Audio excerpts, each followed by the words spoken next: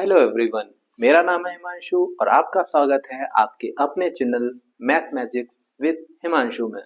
आज के चैनल में हम नंबर सिस्टम को डिस्कस करने वाले हैं, तो चलिए शुरुआत करते हैं।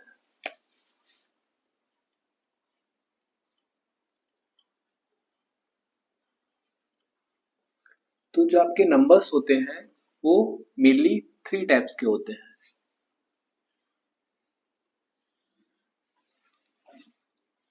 First is real number, second is imaginary number,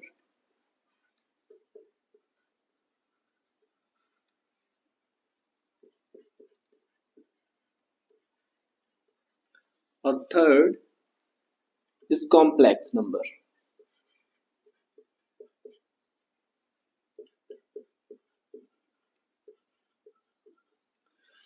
इसमें से इमेजिनरी नंबर और कॉम्प्लेक्स नंबर हमारे सिलेबस का पार्ट नहीं है, तो सबसे पहले हम इमेजिनरी नंबर और कॉम्प्लेक्स नंबर को थोड़ा सा समझ लेते हैं, उसके बाद हम रियल नंबर पे आएंगे।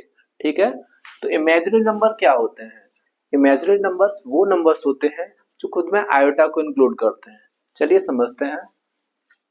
कुछ ऐसे नंबर जैसे 5i, 6i, 8bi, इस तरह के नंबर्स हैं जो आपके इमेजिनरी नंबर्स हैं। यहाँ पे 5 आपका रियल नंबर है और i यहाँ पे आयोटा है। i को क्या बोलते हैं हम? आयोटा। इसकी जो वैल्यू होती है वो √-1 के बराबर होती है, यानी कि आई स्क्वायर बराबर होता है -1। ठीक है, अब बात करते हैं कॉम्प्लेक्स नंबर की। तो कॉम्प्लेक्स नंबर वो नंबर्स होते हैं जो अपने साथ रियल और इमेजिनरी दोनों नंबर्स को इंक्लूड करते हैं। ये नंबर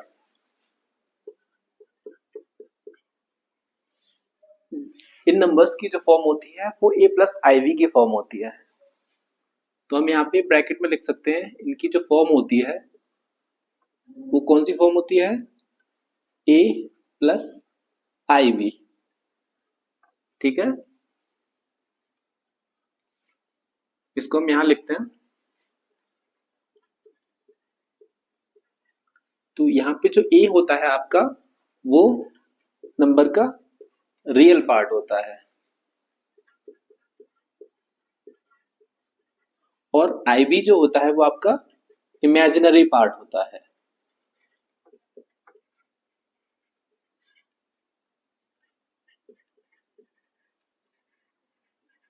तो जब रियल पार्ट और इमेजिनरी पार्ट आपस में मिलते हैं तो ये कॉम्प्लेक्स पार्ट बनाते हैं, जिसको हम कॉम्प्लेक्स नंबर कहते हैं।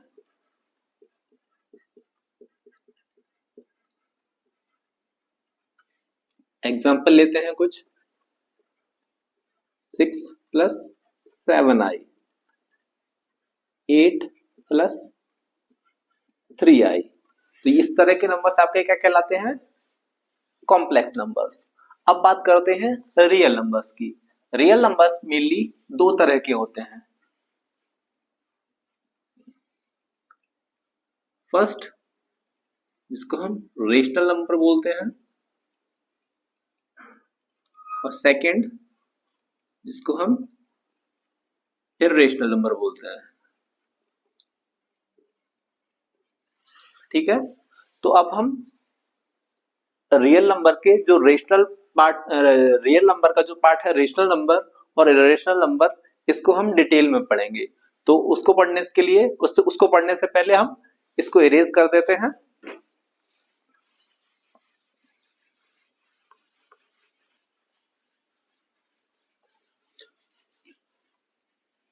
और जो भी एस्पिरेंट इस क्लास को देख रहे हैं उनको मैं रिकमेंड करूंगा कि इस क्लास के साथ के साथ नोट्स बनाते चलें, क्योंकि नोट्स आपके एक्चुअल जब आपका एग्जाम होने को होगा तो वो आपकी हेल्प करेंगे, क्योंकि आप इस क्लास को दोबारा नहीं देख सकते, और अगर दोबारा देखते भी हैं तो ये बहुत टाइम टेकिंग प्रोसेस होगी।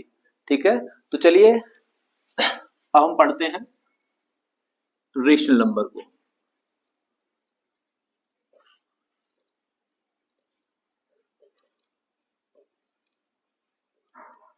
तो रेशनल नंबर क्या होता है? A number which can be written in the form of P Y Q is called rational number. तो इसकी जो फॉर्म होती है आपकी वो पी वाई क्यू की फॉर्म होती है, जहां पे पी जो आपका होता है वो न्यूमरेटर होता है और क्यू डिनोमिनेटर होता है। ठीक है, तो इसके कुछ एक एग्जांपल्स लेते हैं हम। जैसे 3/4 हो गया, तो यहाँ पे न्यूमरेटर भी है और डिनोमिनेटर भी है, तो बेसिकली ये पी वाई क्यू की फॉर्म है, तो इसको हम क्या बोलेंगे? Rational number. एक और नंबर ले लेते हैं ए अपॉन बी, ये भी क्या होगा आपका? रेशनल नंबर होगा। 1/2 ये भी रेशनल नंबर। इसमें आप नेगेटिव नंबर्स को भी इंक्लूड कर सकते हैं, जैसे -7/3, -8/12। तो इस तरह के नंबर्स क्या हो जाएंगे आपके? Rational number. 12 के 30 ले लेते हैं यहाँ पे। ठीक है, तो ये सारे आपके रेशनल नंबर्स हो जाएंगे। उम्मीद करता हूं आपको समझ में आया होगा। आगे हम बात करते हैं इर्रेशनल नंबर की।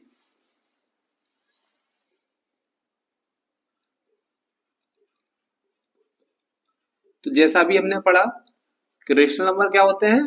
जिनको हम पी वाई क्यू की फॉर्म में लिखते हैं। इसी तरह इर्रेशनल नंबर जिनको हम पी वाई क्यू की फॉर्म में नहीं लिख सकते, वो नंबर हमारे इर्रेशनल नंबर्स होते हैं। तो इर्रेशनल नंबर रेशनल नंबर का बिल्कुल अपोजिट होते हैं। ठीक है, इनकी जो फॉर्म होती है वो नहीं होती है किसकी? पी वाई क्यू की फॉर्म। ठीक है, इसके कुछ हम एक एग्जांपल लेंगे।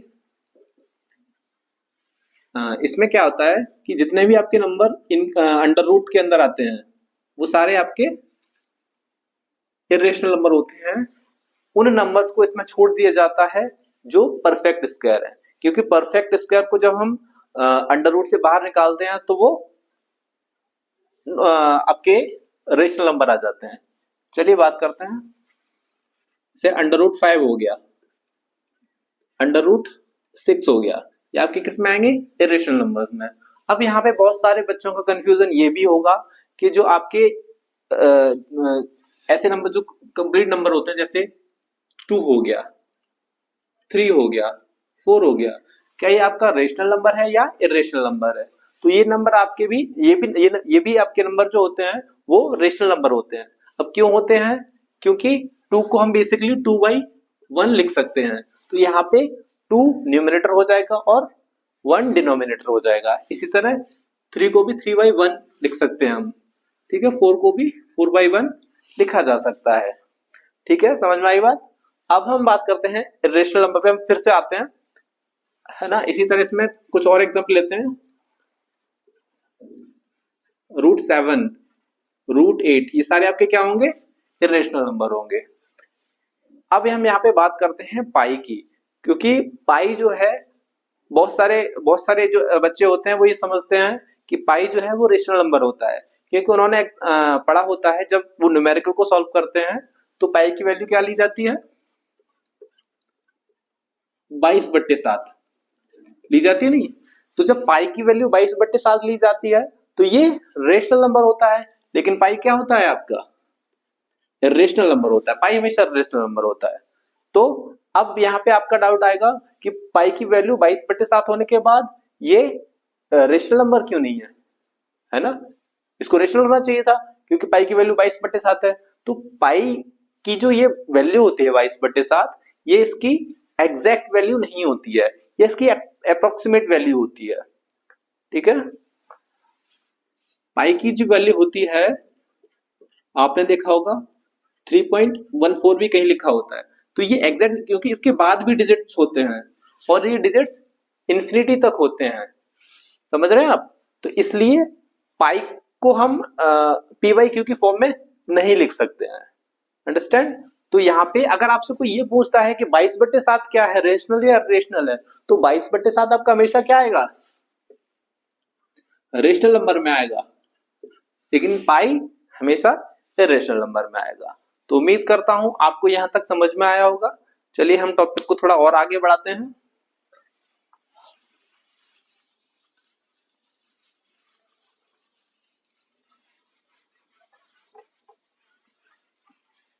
तो हम नंबर्स को पढ़ रहे हैं, तो सबसे पहले बात करते हैं इंटीजर्स की। इंटीजर्स क्या होते हैं? आप सबने पढ़ा होगा इंटीजर्स, जिसको हिंदी में कहते हैं पूर्णांक। ठीक है, तो इंटीजर्स आपके वो नंबर्स होते हैं जिनको नंबर लाइन पे रिप्रेजेंट किया जा सके या डिनोट किया जा सके। देखते हैं कैसे। एक हम नंबर लाइन ड्रॉ करते हैं सबसे पहले। यहाँ पे ये जो पॉइंट है इसको 0 मान लेते हैं। 1 2 3 4 5 6 7, इसको हम एक्स एक्सिस लेते हैं।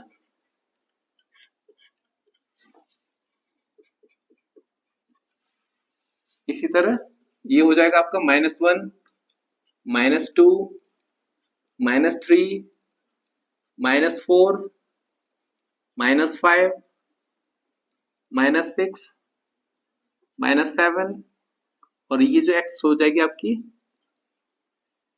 ये हो जाएगी -x एक्सिस।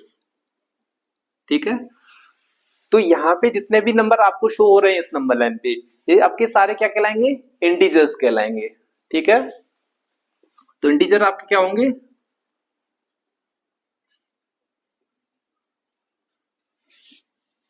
0 +-1, क्योंकि इंटीजर्स प्लस और माइनस दोनों को इंक्लूड करता है। +-2 +-3 +-4 and so on till infinity. I hope आपको अभी तक मैंने जितना बताया है वो समझ में आ रहा होगा। ठीक है, चलिए कुछ और चीजों पे बात करते हैं अभी हम।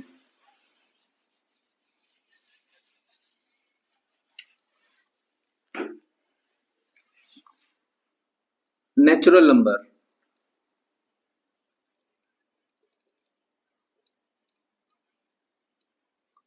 नेचुरल नंबर्स क्या होते हैं आपके? 1 2 3 4 5 6 टिल इंफिनिटी, ये सारे नंबर्स आपके नेचुरल नंबर्स होते हैं। हमेशा एक इस बात को हमेशा याद रखिए कि 0 जो है वो नेचुरल नंबर में इंक्लूड नहीं होता है। ठीक है, अब हम बात करते हैं होल नंबर्स की।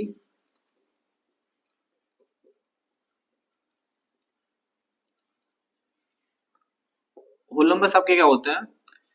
0 को इंक्लूड करते हुए सारे नेचुरल नंबर होल नंबर्स कहलाते हैं। ठीक है, तो यहाँ पे 0 1 2 3 4 5 6 dot dot dot till infinity, ये सारे नंबर आपके होल नंबर्स कहलाते हैं। ठीक है, चलिए और समझते हैं हम even number.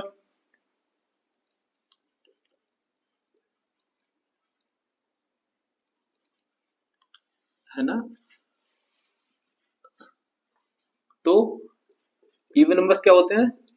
Numbers divisible by 2 are called even numbers. ठीक है, वो सारे नंबर जो 2 से डिविजिबल होते हैं वो इवन नंबर कहलाते हैं। और ऑड नंबर्स,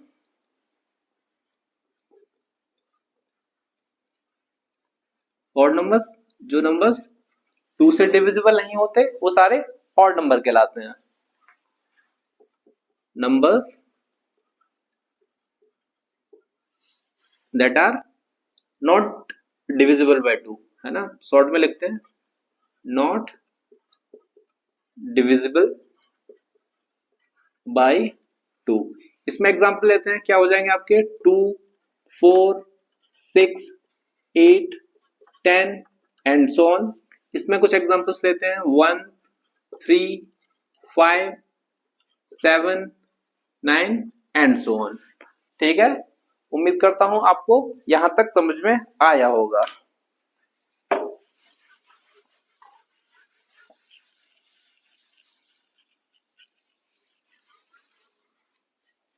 चलिए अब बात करते हैं प्राइम नंबर्स की।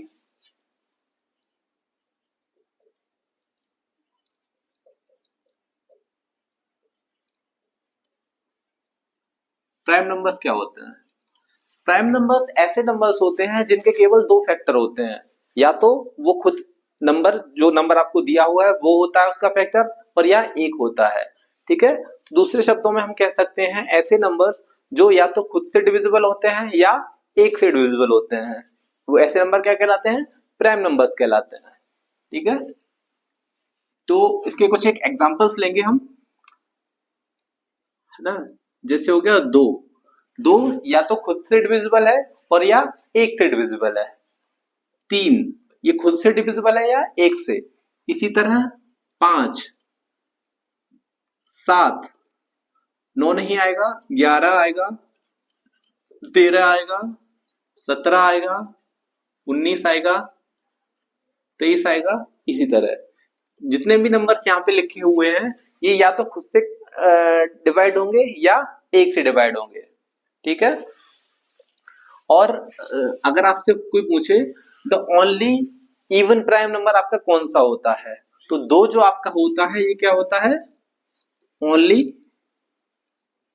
इवन प्राइम, क्योंकि ये प्राइम नंबर तो है ही है, इसके साथ साथ ये इवन नंबर भी है। ठीक है, चलिए आगे बढ़ते हैं, इसके नीचे ही लिख लेते हैं कॉम्पोजिट नंबर्स।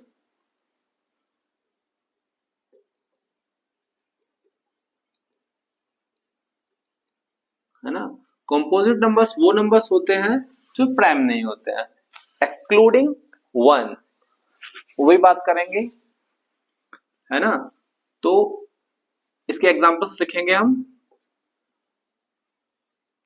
जैसे 4, 6, 8, 9, 10, 12, 14।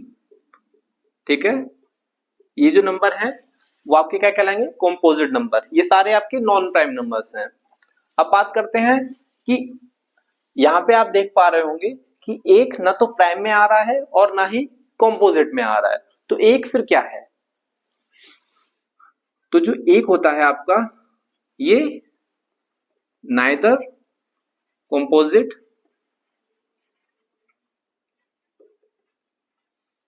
नॉर प्राइम, ये ना तो कॉम्पोजिट है और ना ही प्राइम है। ठीक है,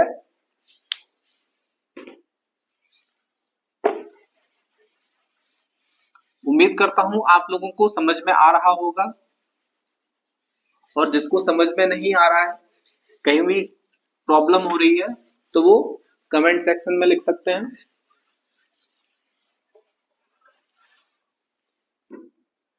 ठीक है, अब बात करते हैं डिविजिबिलिटी टेस्ट की। आप लोगों ने अक्सर देखा होगा कि डिविजिबिलिटी टेस्ट होते हैं वो काफी एग्जाम्स में पूछे जाते हैं, है ना। एक नंबर दे दिया जाता है और पूछा जाता है कि इनमें से कौन सा नंबर है जो 3 से डिविजिबल है, इनमें से कौन सा नंबर है जो 3 से डिविजिबल नहीं है। यानी इस तरह से अलग अलग नंबर्स की डिविजिबिलिटी हम चेक कर सकते हैं।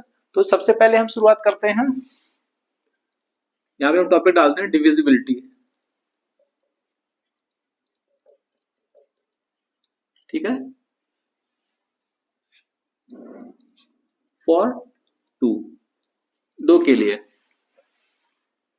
है ना। तो दो के लिए डिविजिबिलिटी बहुत ही सिंपल है, आप सबको पता होगी, है ना। इसके लिए क्या है? लास्ट नंबर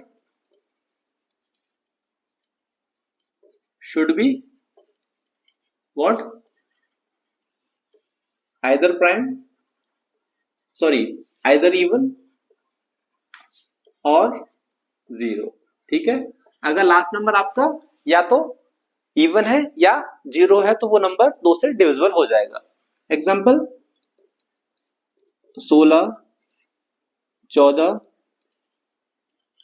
सॉरी 24, 38, 1, 2, 6, ये सारे नंबर आपके क्या हो जाएंगे? आपके दो से डिविजिबल हो जाएंगे। ठीक है, दूसरा लिखते हैं फॉर 3। ठीक है, हम 3 की डिविजिबिलिटी कैसे चेक करते हैं? ठीक है, तो 3 की डिविजिबिलिटी के लिए क्या होता है? जो डिजिट सम होता है, सम ऑफ डिजिट या digit some, should also be divisible by 3। सभी लोग नोट करते चलेंगे साथ साथ और नोट्स बनाते चलेंगे, ठीक है। तो इसका एग्जांपल समझते हैं, है ना। कोई भी एक नंबर ले लीजिए, जैसे 1 2 9 3 6 7 1, बहुत बड़ा नंबर है। 3 से डिविजिबिलिटी चेक करेंगे, है ना। तो उसके लिए हम क्या करेंगे, 3 से डिविजिबिलिटी चेक करने के लिए इनका हम डिजिट सम करते हैं, ठीक है। तो डिजिट क्या क्या है इसके, 1 plus 2 plus 9 plus 3 plus 6 plus 7 plus 1, ठीक है। कितना होगा, एक और दो 3 और 9 12 और 3 15 और 6 21, 21 और 7 28 और 1 29। एक बार फिर से चेक करते हैं, एक और दो 3 और 9 12 और 3 15 और 6 21 और 8 29, ठीक है। तो क्या ये नंबर 3 से डिविजिबल है, 29? नहीं है ना, क्योंकि जब हम 3 का टेबल पढ़ते हैं तो 3 नंबर 27 और 3 नहीं 30, ठीक है। तो 29 जो है वो 3 से डिविजिबल नहीं होता, तो ये नंबर भी 3 से डिविजिबल नहीं होगा। चेक करते हैं, 12 9 3 6 7 1, 3 से डिवाइड करेंगे, 4 जा 3 जा 1 2 2 जा 3 जा 2 रिमाइंडर बचा, ठीक है। देख पा रहे हैं कि ये नंबर 3 से डिविजिबल नहीं है। चलिए अब एक ऐसा नंबर लेते हैं जो 3 से डिविजिबल है। एग्जाम्पल ये ए ले लेते हैं, इसको ए मानते हैं, ये एग्जाम्पल ए है। अब लेते हैं एग्जाम्पल बी, ठीक है। 4 1 5 6 3, ठीक है। इसका डिजिट सम करेंगे, 4 प्लस 1 प्लस 5 प्लस 6 प्लस 3, कितना हो जाएगा, 5 5 10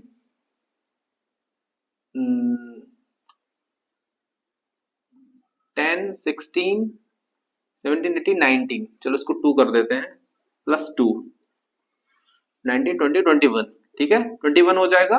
तो ये नंबर, इसको हम 3 से डिवाइड करेंगे, कितना जाएगा, 7 टाइम्स चला जाएगा, ठीक है। तो अब ये जो है 3 से कंप्लीटली डिवाइड हो रहा है, तो ये नंबर भी 3 से कंप्लीटली डिवाइड होगा, ये 2 है, ठीक है। चेक करते हैं, 4 1 5 6 3 2, डिवाइड करते हैं 3 से, 3 1 जा 3, रिमाइंडर 1, 3 3 जा 9, रिमाइंडर 2, 3 8 जा 24, रिमाइंडर 1, 3 5 जा 15, रिमाइंडर 1, 3 4 जा एंड 3 4 जा।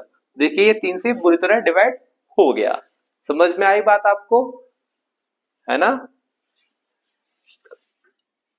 चलिए आगे बढ़ते हैं। 2 और 3 के लिए हमने चेक कर लिया, अब हम चेक करते हैं 4 के लिए।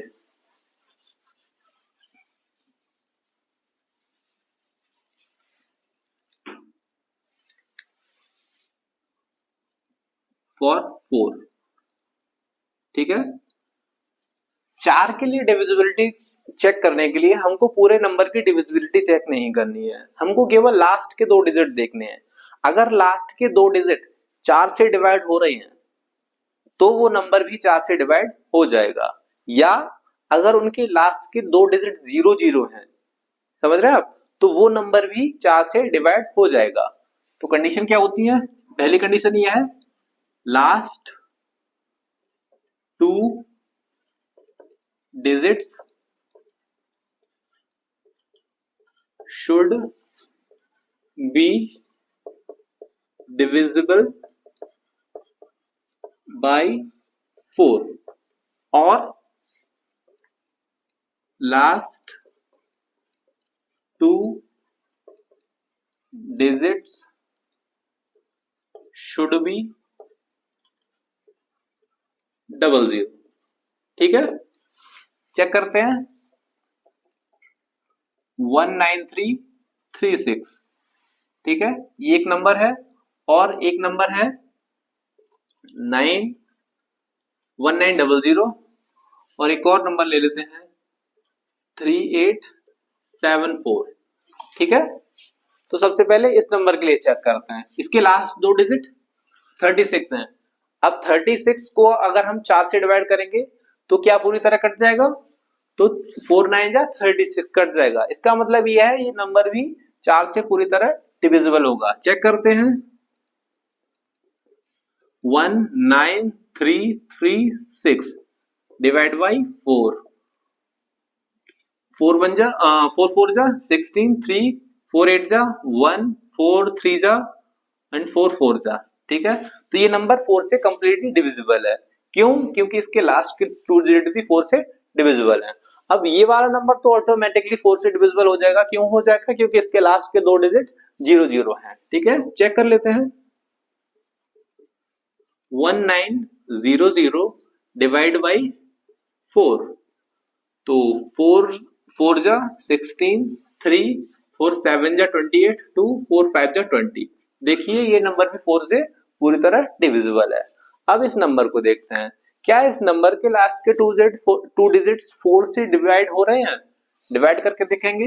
7 4 डिवाइड बाई 4, 4 1 जा 4, रिमाइंडर 3 एंड 4 8 जा 32, रिमाइंडर कितना बचा?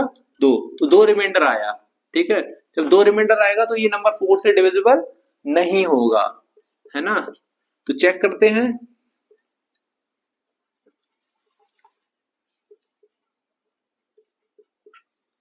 3 8 7 4, 4 से डिवाइड करेंगे।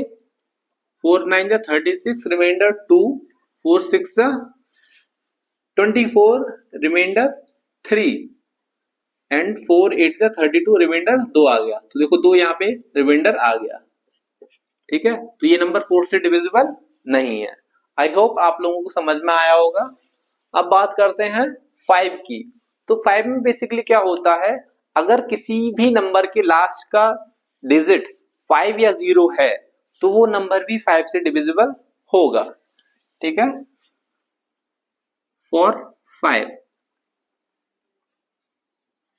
लास्ट डिजिट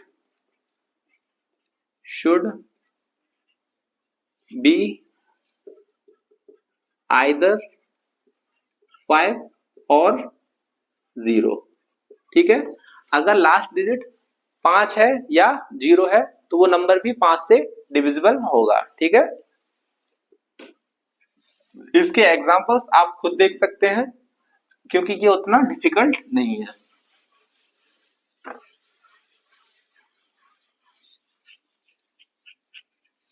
अब बात करते हैं हम 6 की डिविजिबिलिटी की।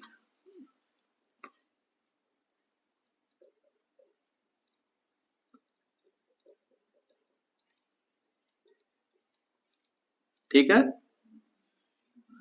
ना, तो बेसिकली आप जब 6 को देखेंगे, इसके फैक्टर करेंगे तो कितने होते हैं? 6 के फैक्टर क्या होते हैं? 2 इंटू 3। ठीक है, 6 जो है वो 2 और 3 का मल्टीपल है, तो वही नंबर 6 से डिविजिबल होगा जो 2 और 3 दोनों से डिविजिबल होगा। समझ रहे हैं? तो ऐसे नंबर जो 3 और 2 दोनों की डिविजिबिलिटी को फॉलो करते हैं या दोनों की डिविजिबिलिटी दोनों से डिवाइड होते हैं, ऐसे नंबर आपके 6 से डिवाइड होंगे। ठीक है, इसकी कंडीशन लिख लेंगे। Should follow the divisibility of both 2 and 3। ऐसा नंबर जो 3 और 2 दोनों से डिवाइड हो जाता, दोनों को डिवाइड कर रहा है, सॉरी, ऐसा नंबर जो जिससे 2 और 3 दोनों से डिवाइड हो जाता है, ऐसा नंबर 6 से भी डिवाइड हो जाएगा। एग्जांपल लेते हैं इसका।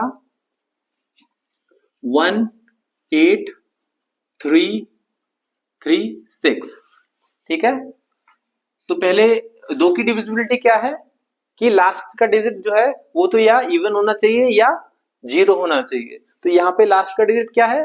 6 है, जो कि एक इवन है। तो ये नंबर 6 से डिविजिबल, सॉरी 2 से डिविजिबल होगा। अब चेक करेंगे हम इसकी 3 की डिविजिबिलिटी। तो इसके लिए हम क्या करेंगे? डिजिट सम करेंगे सबसे पहले, तो 1 प्लस 8 प्लस 3 प्लस 3 प्लस 6 सम करेंगे तो कितना आएगा, 8 and 1 9 and 3 12 15 21 21 जो है 3 से डिवाइड हो रहा है, कितनी बार हो रहा है, 7 बार। तो ये नंबर 3 से भी डिविजिबल है।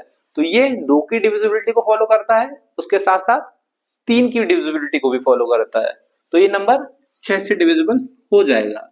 चेक करेंगे, 1 8 3 3 6 6 से डिवाइड करेंगे, 6 3 जा 0 6 5 जा 6 6 जा, ठीक है। तो ये 6 से कंप्लीटली डिवाइड हो गया।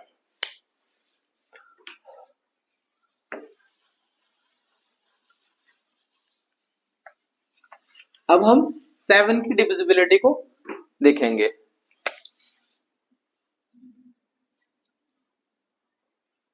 फॉर 7 कोई भी नंबर 7 से डिविजिबल है या नहीं, ये हम कैसे पता करेंगे। तो इसके लिए हम क्या करते हैं, कोई भी नंबर है, जैसे एक नंबर ले लेते हैं 3 4 3, ठीक है।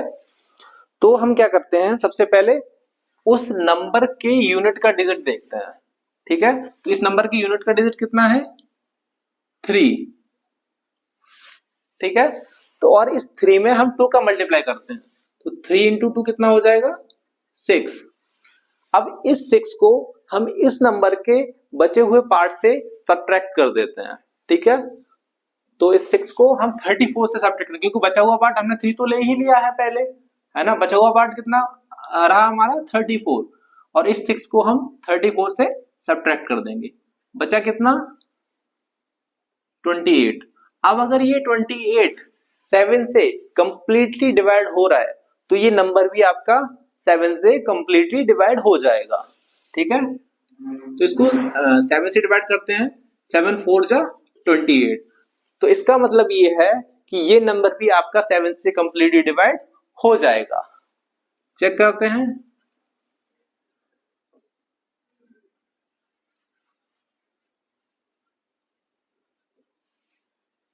थ्री 4 3 डिवाइड बाई 7,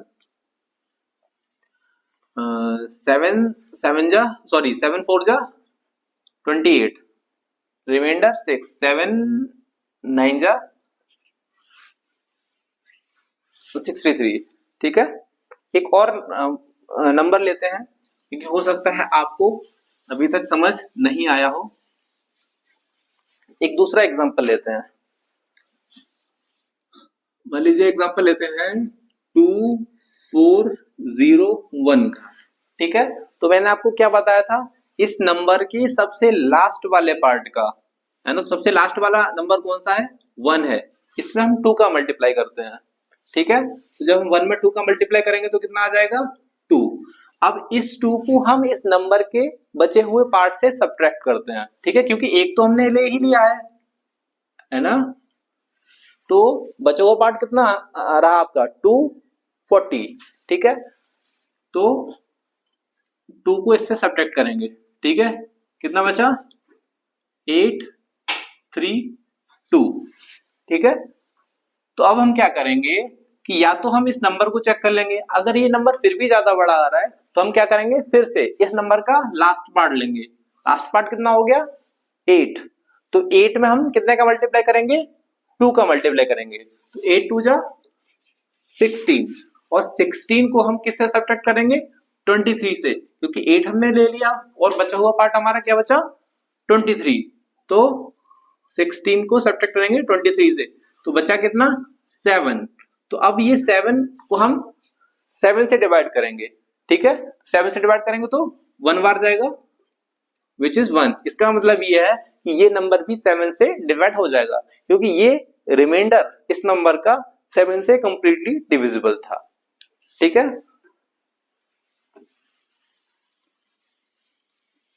देखिए 7 की डिविजिबिलिटी हर कोई नहीं कराता है, तो आप मोबाइल कैलकुलेटर का यूज करेंगे और 7 के मल्टीपल ले लेंगे, ठीक है। और उन 7 के मल्टीपल्स को खुद से उसका डिविजिबिलिटी टेस्ट करेंगे, ठीक है। तो इससे क्या होगा कि जब आप प्रैक्टिस करेंगे तो आप इजिली जो है 7 के मल्टीपल्स चेक कर सकते हैं या 7 की डिविजिबिलिटी चेक कर सकते हैं। चलिए आगे बढ़ते हैं।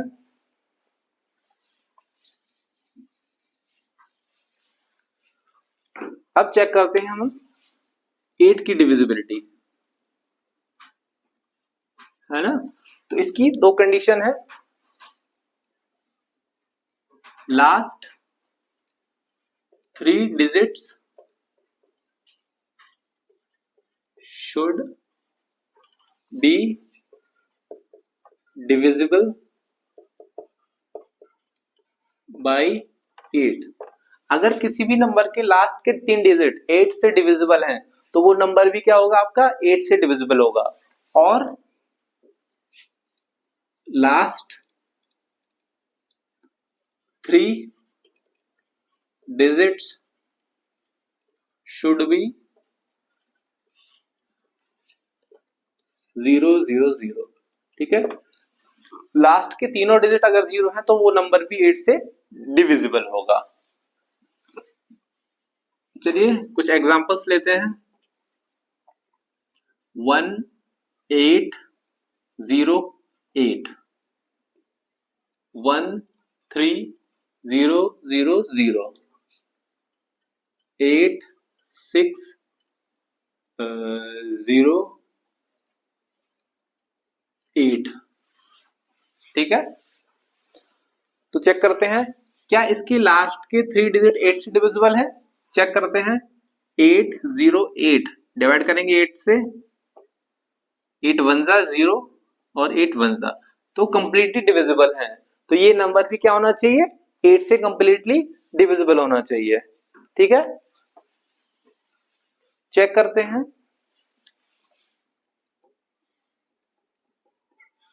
1 8 0 8, 8 8 2 जा 16, रिमाइंडर 2, 8 2 जा 16, रिमाइंडर 4 एंड 8 6 जा 48।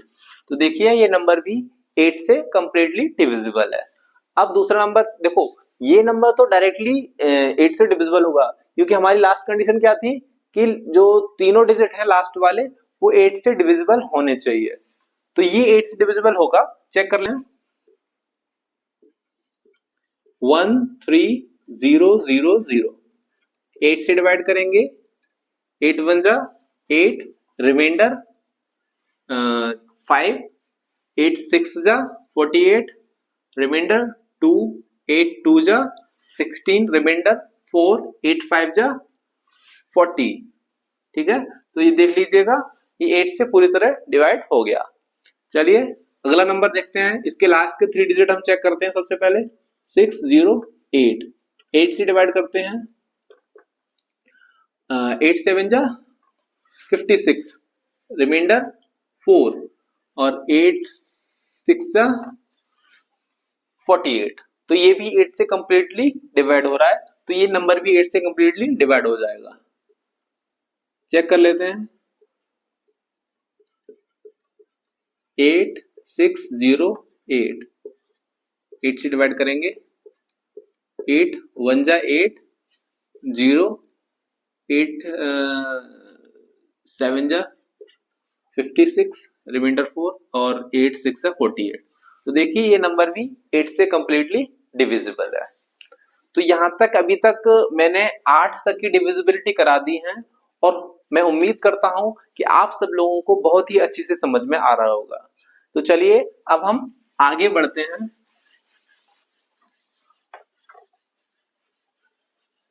और मैं आप लोगों को रिकमेंड करूंगा कि इस क्लास के नोट्स साथ के साथ बना लें जिससे आपको रिवीजन करने में प्रॉब्लम ना हो।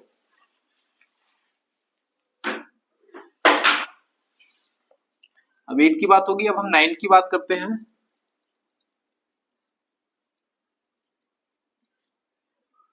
इसको मैंने वर्क कर दिया।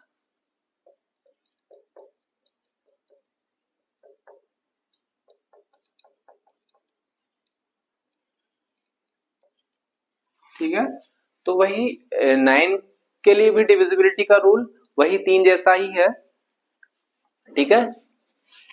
इसमें भी यही होता है कि जो डिजिट सम होता है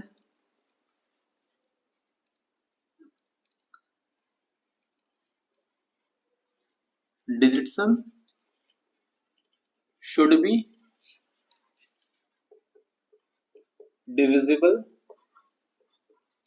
बाय 9, ठीक है। तो जो डिजिट सम है वो 9 से डिविजिबल होगा, तो नंबर भी 9 से डिविजिबल होगा। एग्जांपल लेते हैं 1 8 3 6 2 7, ठीक है। तो इसका डिजिट सम करते हैं सबसे पहले 1 plus 8 plus 3 plus 6 plus 2 plus 7, ठीक है। कितना आएगा 9 18 20 27, तो 27 आ रहा है। 27 को हम 9 से डिवाइड करेंगे तो कितनी 3 बार जाएगा, तो यानी कि ये 9 से कंप्लीटली डिविजिबल है। तो जब इसका डिजिट सम 9 से कंप्लीटली डिविजिबल है तो ये नंबर भी 9 से डिविजिबल होना चाहिए। तो चलिए चेक करते हैं 1 8 3 6 2 7 डिवाइड करेंगे 9 से, 9 2 जा 0, 9 4 जा 36, 0 9 3 जा 27। तो देख लीजिए ये नंबर भी 9 से डिविजिबल है।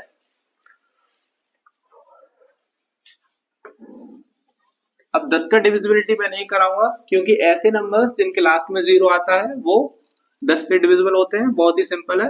अब हम कराएंगे 11 का डिविजिबिलिटी।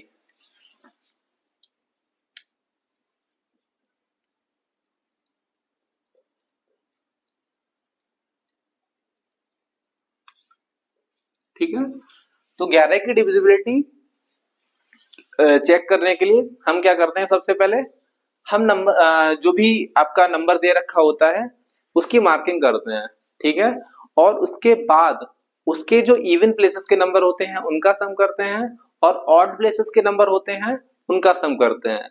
उन दोनों का सम करने के बाद जो उन दोनों के बीच का डिफरेंस होता है वो या 0 होना चाहिए या 11 से डिविजिबल होना चाहिए, तभी वो नंबर आपका 11 से डिविजिबल होगा, अदरवाइज वो नंबर 11 से डिविजिबल नहीं होगा, ठीक है। तो इसको हम एक एग्जांपल के थ्रू समझते हैं क्योंकि एग्जांपल के थ्रू समझना इसको ज्यादा इजी रहता है कंपैरेटिवली डेफिनेशन के। तो एक ऐसा नंबर लेते हैं जो 11 से डिविजिबल है, तो 1 3 3 1, ठीक है। इसमें क्या करते हैं हम सबसे पहले मार्किंग करते हैं, तो ये इसको 1 देते हैं, इसको 2 देते हैं, इसको 3, इसको 4, ठीक है। इसके बाद हम क्या करते हैं, जो इवन प्लेसेस पे नंबर होते हैं उनका सम करते हैं और जो ऑड प्लेसेस पे नंबर होते हैं उनका सेपरेटली हम सम करते हैं। Sum of even places and sum of odd places, ठीक है। तो इवन प्लेसेस कौन कौन से हैं, ये पहला प्लेस है, ये तीसरा प्लेस है, ठीक है। तो पहले प्लेस पे कौन सा नंबर है 1 और तीसरे प्लेस पे कौन सा नंबर है 3, इनका सम करेंगे कितना आएगा 4। अब क्या करेंगे हम ऑड सॉरी मैंने उल्टा कर दिया मैंने। तो इवन प्लेसेस पे कौन सा है, पहले दूसरा जो दूसरा नंबर है वो आपका इवन प्लेस है, ठीक है। तो दूसरे पे कौन सा है 3 और चौथे प्लेस पे कौन सा है 1, इन दोनों का सम करेंगे कितना हो जाएगा 4। इसी तरह ऑड प्लेस की बात करते हैं, तो पहले पे कौन सा है 1 और तीसरे पे कौन सा है 3, इनका सम कितना हो गया 4। अब क्या करेंगे, हम इन दोनों का डिफरेंस देखेंगे। अगर इन दोनों का डिफरेंस या तो 0 आया या 11 का मल्टीपल आया तभी ये नंबर 11 से डिविजिबल होगा, ठीक है। तो डिफरेंस निकालेंगे,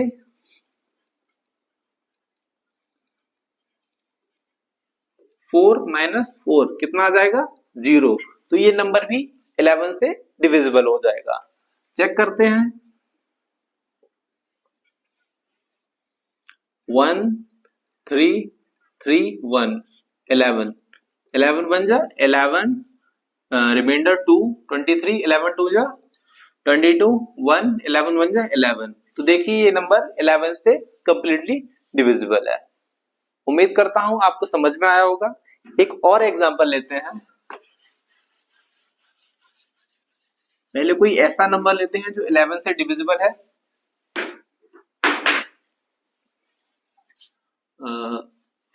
97 इंटू 11 77 99 106। ठीक है, तो ये नंबर जो है 1076 1067 11 से डिविजिबल है। इसकी डिविजिबिलिटी हम चेक करते हैं।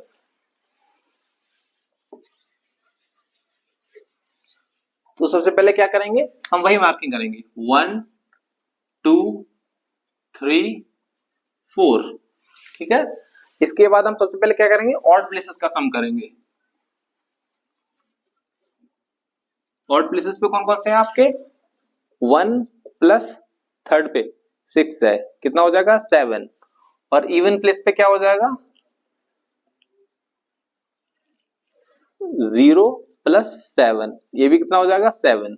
और डिफरेंस कितना आ जाएगा इनका,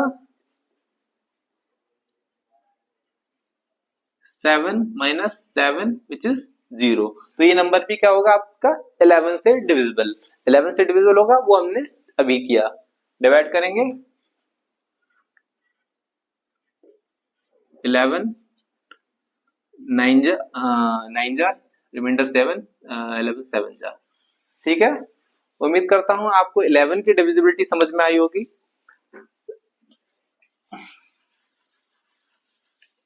चलिए अब 13 की डिविजिबिलिटी चेक करते हैं।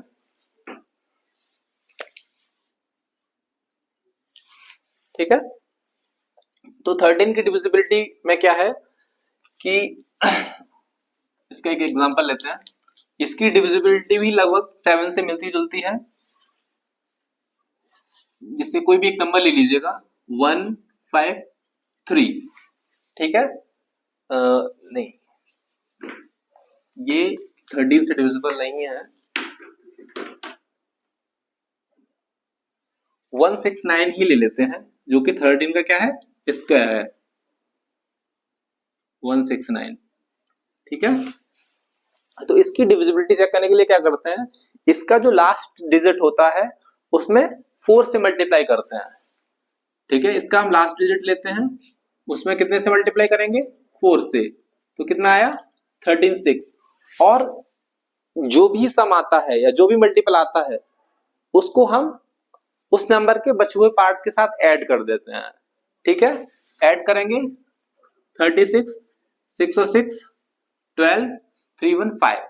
ठीक है, तो जो भी रिजल्टेंट आता है अगर वो 13 से डिविजिबल है तो वो नंबर भी 13 से डिविजिबल होगा। ठीक है, डिवाइड करेंगे 13 4 जा 52 है ना। तो देख लीजिए ये 13 से कंप्लीटली डिवाइड हो रहा है, तो ये नंबर भी क्या होगा 169 13 से डिविजिबल होगा। और जैसा कि आपको पता है 169 जो होता है वो आपका 13 का स्क्वायर होता है। ठीक है, कोई और एग्जांपल लेते हैं, जैसे 13 एंड 24।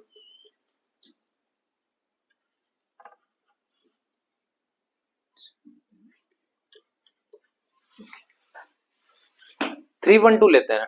ठीक है, तो मैंने क्या बताया था आपको, लास्ट पार्ट में हम 4 का मल्टीप्लाई करते हैं। इसका हम लास्ट पार्ट लेंगे 2 इंटू 4, कितना हो जाएगा 8। अब क्या करेंगे, हम इस 8 को 31 में ऐड कर देंगे, कितना आया 39। और हम क्लियरली देख सकते हैं कि जो 39 है वो आपका 13 से डिविजिबल है।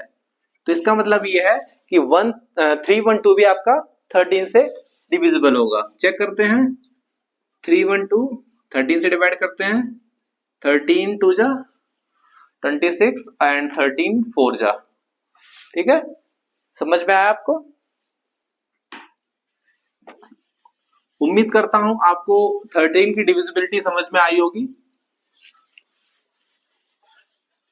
अब हम चेक करते हैं 17 की डिविजिबिलिटी।